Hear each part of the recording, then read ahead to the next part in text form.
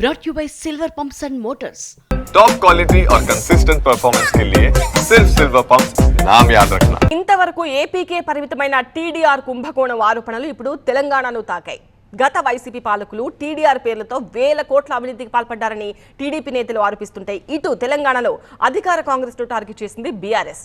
TDR పేరుతో వేల కోట్లు కొల్లగొట్టేందుకు రేవంత్ టీం సిద్ధపడుతోందని ఆరోపించారు కేటీఆర్. అసలు ఇంతకీ టీడీఆర్ అంటే ఏంటి? ఇందులో అవినీతి ఎలా జరుగుతుంది? టీడీఆర్ పేరుతో వేల కోట్ల కుంభకోణానికి ముఖ్యమంత్రి రేవంత్ రెడ్డి తెరదీస్తున్నారని ఆరోపించారు BRS working president KTR. Hyderabad లో టీడీఆర్ మొత్తం షేర్లను కొంతమంది రేవంత్ రెడ్డి అనుచరులు విచ్చలవిడిగా కొనుగోలు చేస్తున్నారని చెప్పారు. భవిష్యత్తులో ఎఫ్ఎస్ఐను నియంత్రిస్తూ ప్రభుత్వం నిర్ణయం తీసుకుంటుందని, ఆ ప్రకటన తర్వాత ఇన్సైడర్ ట్రేడింగ్ కు పాల్పడతారని ఆరోపించారు కేటీఆర్. కేటీఆర్ వ్యాఖ్యలపై తీవ్ర స్థాయిలో మండిపడ్డ కాంగ్రెస్ నేతలు టీడీఆర్ స్కామ్ అంటూ ప్రభుత్వంపై బురద తల్లుతోన్న కేటీఆర్ తమ్ముంటే ఆరోపణల్ని నిరూపించాలని డిమాండ్ చేశారు. అసలు టీడీఆర్ అంటే ఏంది? టీడీఆర్ కొనడం వల్ల రేవంత్ రెడ్డి అనుచరులకు ఏం ఫైదా అవుతుంది?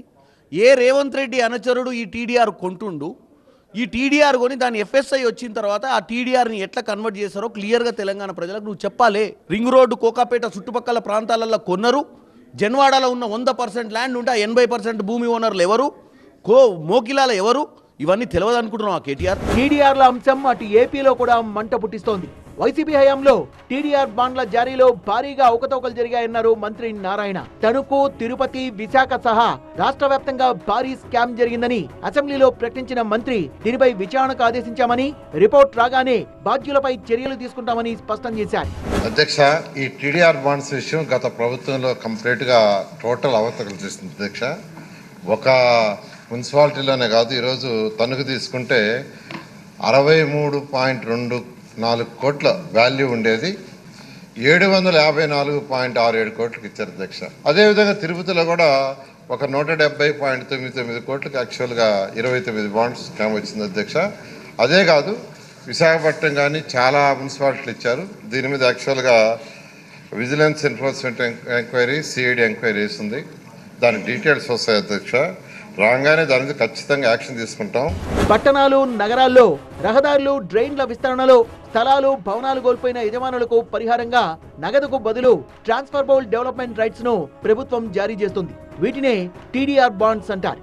రోడ్ల విస్తరణ కోసం అయితే ఆయా ప్రాంతాల్లో ఉన్న మార్కెట్ రేటుకు 4 రేటుతో బాండ్లు జారీ చేస్తారు. మిగతా అభివృద్ధి కార్యక్రమాలకు సంబంధించి స్థల సేకరణకు 2 రెట్ల రేటుతో పరిహారంగా బాండ్లు మంజూరు చేస్తారు.